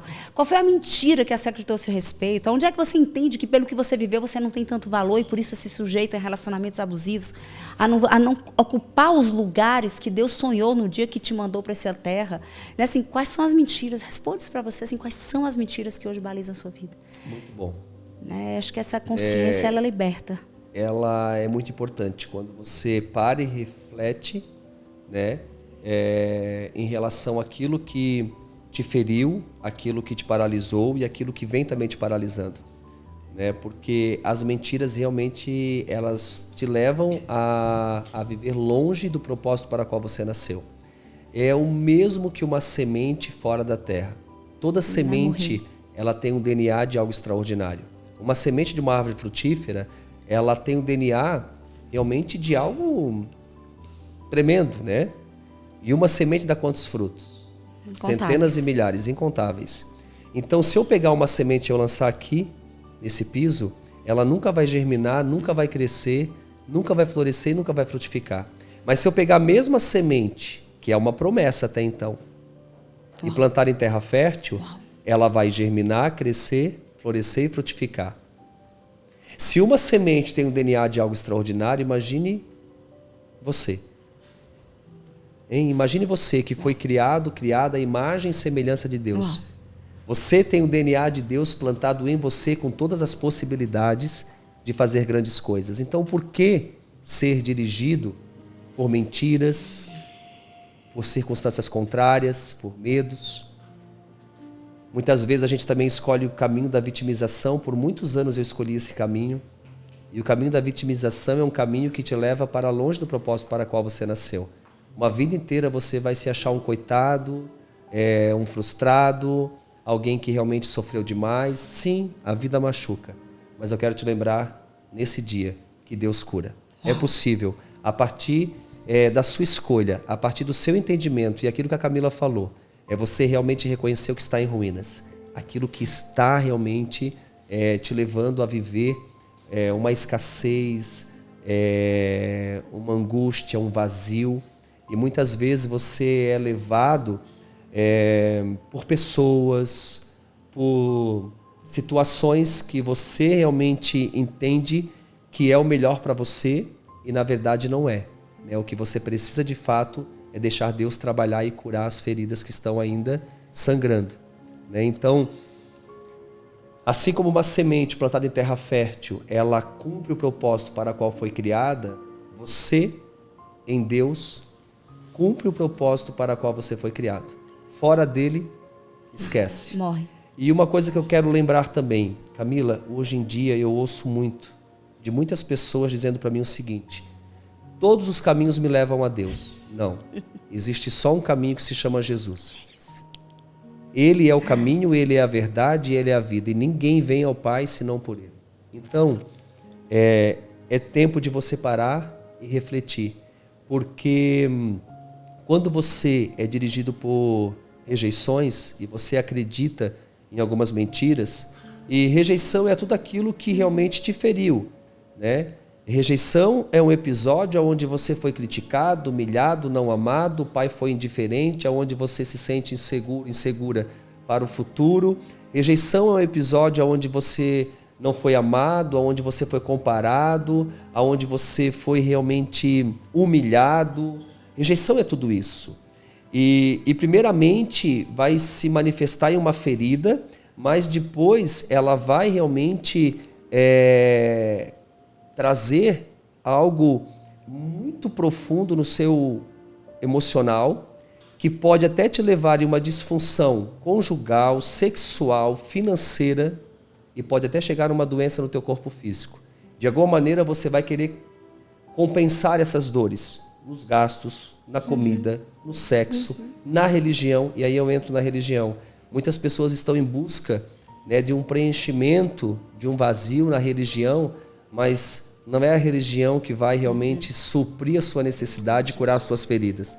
Jesus vai suprir e vai curar. Então, escolha realmente o caminho correto. E pode ter certeza, sem medo de errar, escolha Jesus. Uau. Eu sei que esse ficou perfeito até para fechar, se a gente queria fechar aqui, mas eu queria começar um bloco que eu quero falar do seu devocional, porque eu entendo não só que eu quero fechar como o que Deus fez na sua vida e aonde Ele tem te levado. Sim. E também o fato de, se você ouvisse desde o começo, quem era você para escrever isso? E que o primeiro não deu certo. Sim. Isso, posso considerar para a gente entrar claro. nisso? Posso? E pastor, enquanto você estava falando, eu disse, nada é por acaso, né? O Espírito Santo é único, é vivo e ele está aqui fluindo. Hoje de manhã eu fiz uma live, numa série de lives que eu estou fazendo das mulheres sem nomes da Bíblia. E não me pergunte por quê, tá? Mas eu ia falar da Cananeia e eu passei, quem está assistindo a live hoje viu, eu passei a live inteira dizendo, quem disse para você que todos os caminhos levam para Deus? Eu não tinha nada a ver com a live, mas era o que estava no meu coração e agora você falando disso, eu passei a live inteira assim, para, isso é mentira do capeta. Todos os caminhos levam para o inferno, só Jesus leva para o céu, tá? Então, assim, essa conversa de que tudo dá em Deus, aí começaram a ter testemunhos na live. Camila, eu estava frequentando seita tal, e muito obrigada por me exortar, eu realmente acreditava que todos os caminhos levavam, então, assim, nada é por acaso. Essa foi a palavra que queimou no meu coração hoje. Porque também, Camila, um apontamento muito importante, o órfão, ele é uma presa muito fácil. E ele é, exatamente. Então ele se torna em um ser muito vulnerável e ele é levado por qualquer opinião, por qualquer pessoa. Então, assim, ele não tem, como é que eu posso dizer assim, ele não tem... Firmeza, convicção. Firmeza, exatamente. Ele não tem firmeza. E por não ter essa firmeza, o que ele ouve, ele acredita e ele é uma presa fácil. Então, eu realmente fui, né, dessa forma por muitos anos. Eu também. Então, é uma coisa... E um outro apontamento também, na verdade não é nem um apontamento, é uma situação que eu vivi, que eu queria compartilhar rapidamente. Aos 22 anos eu casei, aos 23 anos eu fui pai. Uau. E quando eu segurei meu filho nos braços, eu orei ao pai e eu disse assim, pai, me ensina a ser pai. Porque ninguém dá aquilo que não recebeu. Como ser um bom pai se meu pai nunca me abraçou? Camila, minha mãe disse que meu pai nunca me pegou no colo desde quando eu nasci. Ele nunca me deu um beijo. Eu nunca toquei no meu pai, a não ser no dia que ele morreu, que eu toquei no corpo dele. Eu ouvi isso. E esse foi o momento em que eu entrei em desespero, ouvindo seu testemunho. Porque você disse que tentou abrir os braços para entrar dentro dele. Porque ele veio todo torto. Nós não sabíamos que para ele vir numa posição certinha, tinha que autorizar o hospital a serrar as pernas e a serrar os braços. Então, quando eu me aproximei do caixão, eu estava tocando no meu pai pela primeira vez. E eu tentei abrir os braços do meu pai para dar um abraço. Eu queria abraçá-lo. Eu nunca tinha dado um abraço nele. Ele era assim com suas irmãs? Também, com todos. Eu presenciei muitas brigas e uma das minhas irmãs apanhou muito do meu pai. Para tu ter uma noção, só elas casaram. Glória a Deus. Essa minha irmã, a Cristiane, só conseguimos tirar ele de cima dela, né, ele grudado nos cabelos dela, com a polícia. Até a vizinhança tentando, com cabo de vassoura, com pedaço de pau, batendo nele, não conseguia. Só a polícia para separar. E ficava ali horas, ele grudado com ela e Obrigada, só a polícia. Jesus. Então foram muitos traumas assim, né? Eu escrevi 700 páginas do meu livro Encontrei um Pai. E foram publicadas só 224. Mas mesmo com as 700 páginas, Camila, eu compartilhei 30% daquilo que a gente viveu. Foram muitos traumas, foi muito difícil para nós. Você consegue lembrar de tudo? Ou a sua mente encapsulou algumas memórias? Eu consigo lembrar de muitas coisas. Eu consigo lembrar de muitas coisas esporadicamente, vem vindo alguns insights de algo que, nossa, eu nem lembrava mais disso, né? Então, eu vejo que nem tudo está muito claro para mim, assim, né? Mas eu lembro de muitas coisas e esporadicamente, no decorrer da minha trajetória, compartilhando meu testemunho, eu acabo lembrando de coisas que até então eu não tinha lembrado.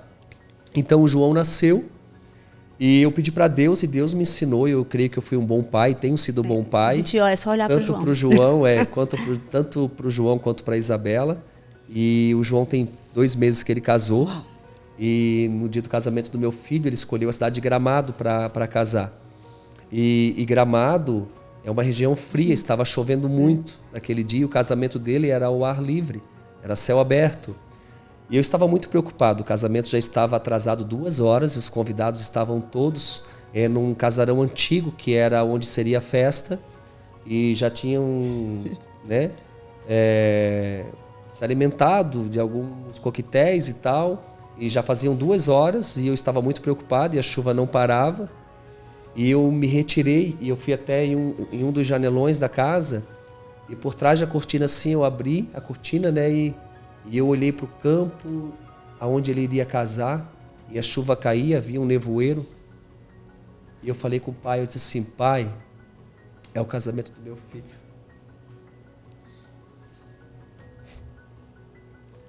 E Deus falou para mim assim: filho, fica tranquilo, porque eu estou no controle de todas as coisas. E eu preciso te lembrar de algo. Deus falou para mim assim: há 130 anos atrás, o teu bisavô vinha da Itália morar neste lugar. E aonde se iniciou uma história de destruição, onde ele foi dirigido pelo vício.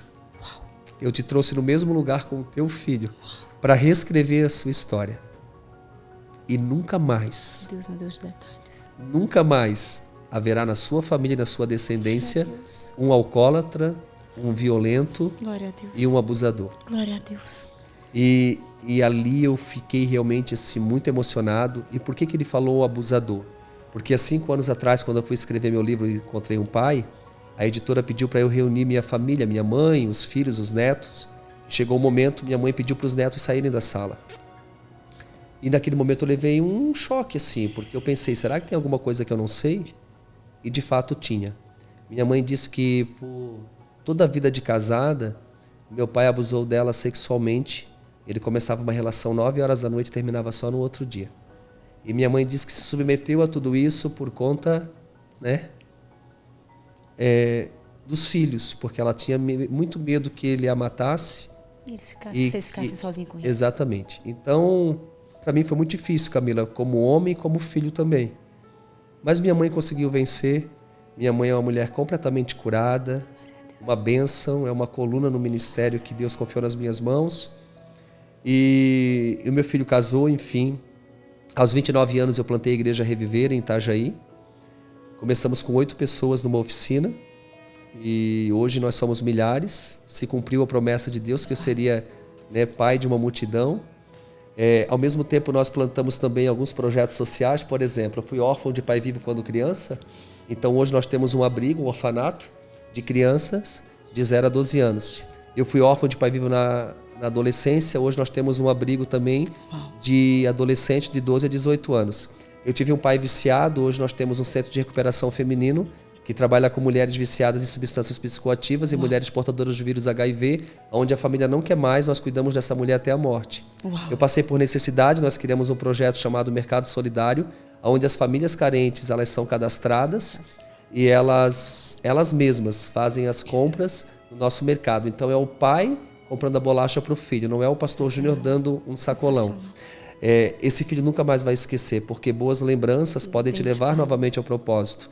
Aquele filho que tinha saído de casa, quando ele caiu em si, ele disse para si mesmo: quantos empregados de meu pai têm comida de sobra? E eu aqui passando fome. Comendo com os porcos. Então, eu vejo que boas lembranças podem te levar novamente ao propósito. Eu que nunca pratiquei esportes, hoje nós temos diversos projetos de esportes. E eu que tive problema seríssimo com a escola, por exemplo, quando eu fiz o meu título de eleitor aos 18 anos, caiu para me votar na primeira escola que eu estudei. E quando eu cheguei no portão, eu levei um choque. Eu comecei a passar mal. Porque eu lembrei da minha infância. E eu lembrei dos lugares aonde eu apanhei. Porque eu me tornei, Camila, durante muitos anos, aquela criança esquecida no banco da escola. Então, no recreio, na educação física, eu ia para trás de um ginásio onde tinha um banco e lá eu ficava. Lá eu ficava. E teve até uma ministração um dia, uma pessoa, uma pastora que nem me conhecia, ela veio no meu ouvido, ela bem assim: filho, eu estou te tirando daquele banco da escola. E ela nem sabia dessa situação. Mas Deus sabia. E Deus sabia. Então, por isso que eu digo assim, Deus, ele vai nos curando, ele vai trabalhando nos mínimos detalhes, assim. E eu também que tive problema, né, então, com a escola, no caso, hoje nós temos um terreno no Haiti, nós compramos um terreno no Haiti, e a missão agora é construir uma escola. Hoje a gente já coloca centenas de crianças na escola no Haiti, mas a gente quer construir a nossa escola. E aquele menino que acreditou por muitos anos na mentira, que não teria amigos, que não teria uma família, que não seria pai, que não seria bem-sucedido. Hoje eu tenho amigos, quis Deus que eu fosse um bom amigo. Hoje eu sou um bom esposo, um bom pai. Já um bom avô. Daqui a pouco, né? Hoje eu sou também um pastor, quis Deus que eu pastoreasse uma igreja. E um grande quis escritor. Deus também agora que eu me tornasse um escritor. Fala do Café com Deus Pai atingiu há algumas semanas atrás a marca de 1 milhão de exemplares, né? De exemplares vendidos no Brasil. Então, eu fiquei muito feliz com essa notícia, né? Porque nunca foi sobre números e nunca foi sobre valores. Sempre foi sobre propósitos, né? Então, eu vejo que o Café com Deus Pai, ele realmente foi um presente de Deus.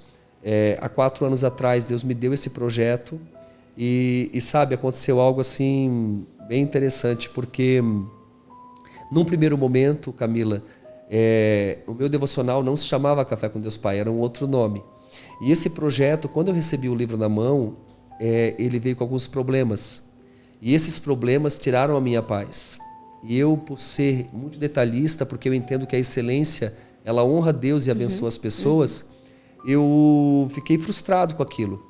Então, eu simplesmente abortei o projeto e eu disse para mim mesmo: eu nunca mais lanço um devocional. E eu encerrei o projeto, imprimi só 1000 livros, distribuí ali para os líderes, depois até me arrependi de ter distribuído, enfim, eu fiquei completamente frustrado. 6 meses depois, eu estou no meu gabinete orando a Deus, falando com o Pai, e Deus fala para mim assim: filho, por que tu desistiu do projeto que eu te dei? Aí eu comecei a chorar muito, porque Deus estava falando literalmente comigo. E eu disse: mas deu errado, eu quis me justificar. E Deus disse assim: por que tu vai desistir se eu nunca desisti de você? Uau. E ali foi muito forte para mim. E eu disse para Deus assim: Deus, eu continuo esse projeto, mas se o Senhor realmente me der um novo nome, porque esse nome eu não podia mais nem ouvir o nome do devocional. Do antigo. E aí, na hora, Deus falou para mim: Café com Deus Pai. Camila, eu ouvi literalmente Deus falar Café com Deus Pai. Eu chamei toda a minha equipe, quando eu falei, todo mundo celebrou, e nós lançamos, e foi um sucesso de aceitação, de abrangência. Hoje o livro não está só no Brasil, ele está, né, rompendo as fronteiras. Nos Estados Unidos ele tem uma aceitação, tem inglês, tem espanhol também esse ano, né? Então Outros países estão realmente acompanhando o Café com Deus Pai. E eu creio que Quem está nos assistindo, só o compra começo. onde? Todas as livrarias têm, mas também no meu site, eu já vi. no meu site cafécomdeuspai.com. Né? Você pode entrar no meu site e você vai receber em casa. E eu não sei se você prestou atenção, porque ele contou o agir de Deus, o testemunho dele no Café com Deus Pai, mas quando ele começou, não deu certo, ele quis desistir, né? E, de novo, aquelas perguntas que as respostas são libertadoras na minha vida e na sua. Quais são os projetos que você sabe que foi Deus que te entregou? E que pela sua... Nós somos os loucos do orgulho aqui, tá, pastor? Então, assim, que pelo seu orgulho, porque não está do seu jeito, porque não atendeu a sua expectativa, porque alguma seta foi lançada sobre quem é você para escrever um livro? Quem é você para fazer isso? Quem é você para fazer esse projeto? Quem é você para subir nesse lugar? Quem é você para estar em uma plataforma influenciando outras pessoas, né? Assim, então, quais são as coisas que o Senhor... Você sabe que o Senhor já te entregou e que você guardou na gaveta. Pensa sobre isso. Imagina, né, assim, se você não tivesse intimidade, obediência, para ouvir e fazer assim. Porque eu vejo os testemunhos do Café com Deus Pai, por onde eu ando. Sim, Então, eu tenho ouvido também, eu tenho recebido muitos testemunhos. E dias atrás, uma pessoa, até nem foi no Brasil, foi nos Estados Unidos. Eu estava ministrando lá e uma pessoa ficou na fila, porque eu estava fazendo dedicatórias. E ela se abraçou comigo e ela começou a chorar muito. Ela disse assim: pastor, tem 2 anos que eu entrei numa depressão profunda, tentei 3 vezes o suicídio. Eu estava aqui louca para falar sobre isso com você. E ela disse: a partir do momento que eu ganhei o seu livro, a minha vida mudou. Glória a Deus. Essa semana eu estou encerrando o último remédio, meu psiquiatra está tirando.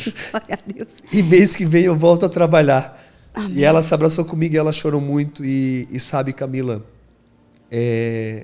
vale muito a pena quando você se deixa ser curado, transformado, liberto.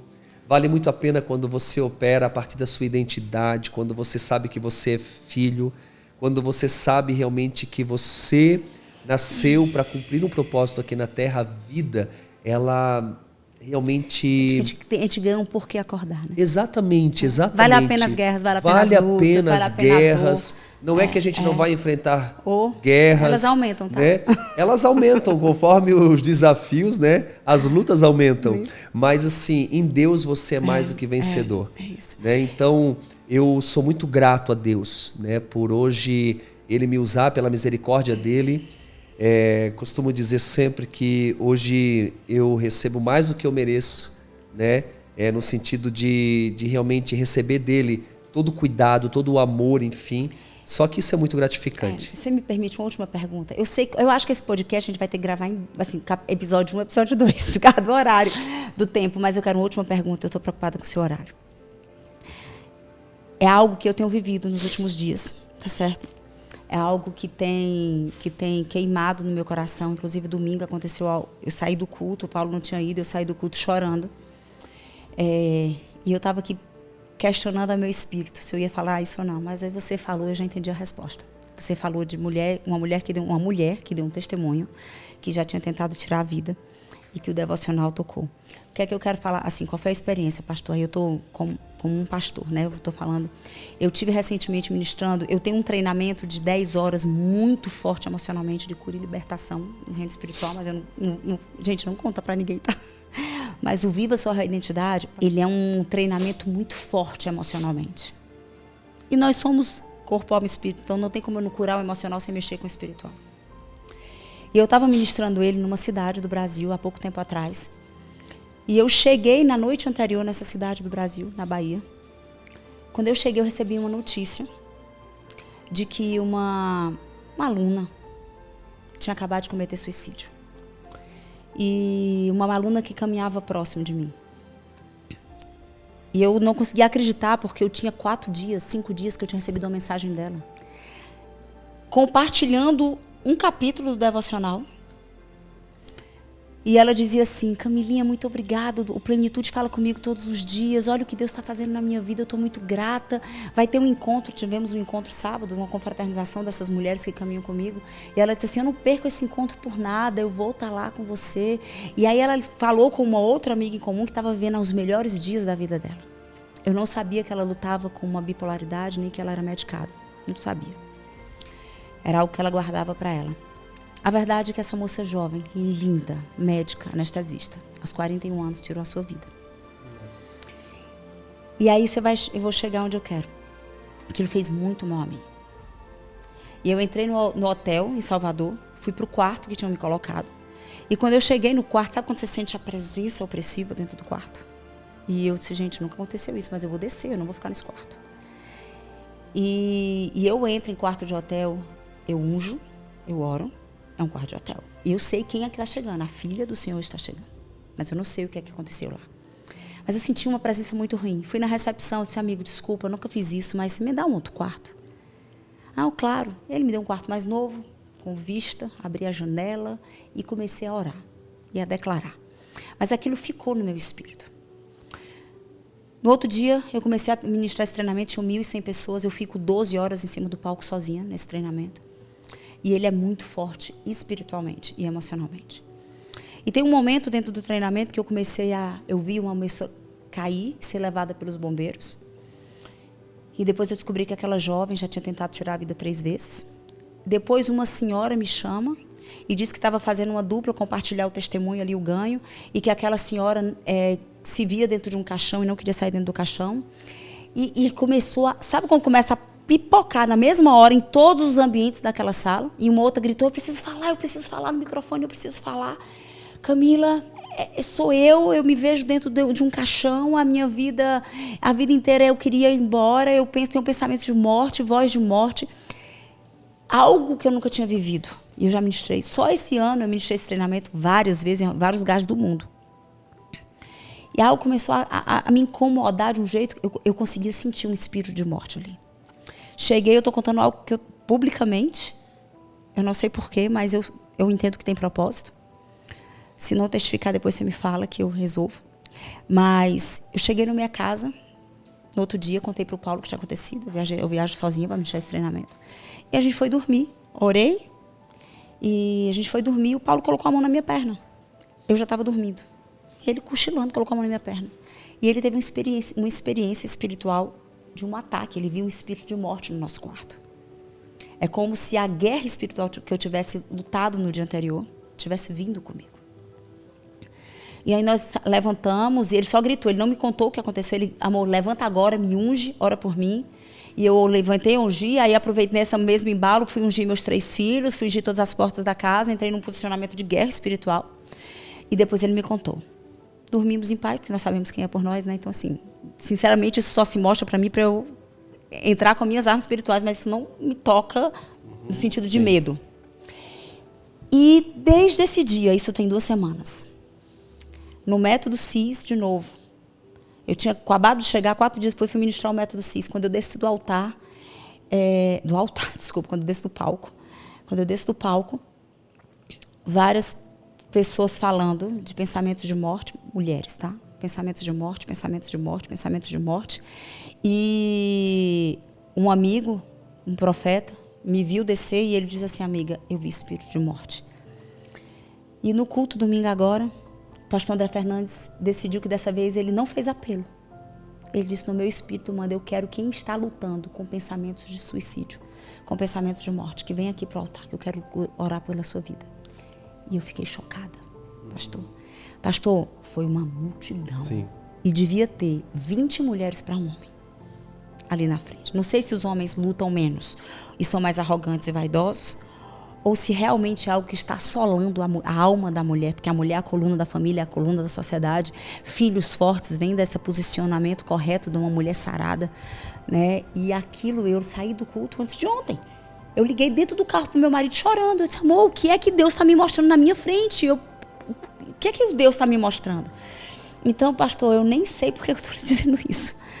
Mas realmente é uma situação que tem assolado a sociedade. E muitas Meu coração mulheres... está acelerado aqui de um jeito que eu não sei falar. As mulheres, elas são realmente assim... Como é que eu posso dizer para ti assim? Mais propícias a se abrirem. Né? Quando eu tenho a minha tour, Vencedores, Vencedores, e eu faço o apelo, eu faço 3 tipos de apelo. Eu faço o apelo em relação aos pais, quem tem alguma ferida aberta. Eu faço um segundo apelo de mulheres que foram abusadas, homens também. E eu faço um terceiro apelo de quem realmente está tendo pensamentos de mortes, né? De morte. E realmente, Camila, a gente se assusta com os números, né, das pessoas que realmente estão pensando na morte, porque é uma mentira, onde o inimigo está lançando que só a morte é a solução para aquela pessoa. Agora você imagina, só a morte é a solução para aquela pessoa, a ponto de ela desacreditar que é possível, de fato, ela viver o propósito, ela ser feliz, ela realmente viver um propósito. Isso tudo, Camila, no meu modo de pensar, existe uma raiz. E a raiz é a orfandade. A rejeição, sempre. Então... E a gente pode terminar nosso podcast com você trazendo uma mensagem do céu para essas pessoas que um dia estiveram nesse lugar? Sim, que claro. Um dia que estão lutando hoje com depressão, com pensamentos de morte.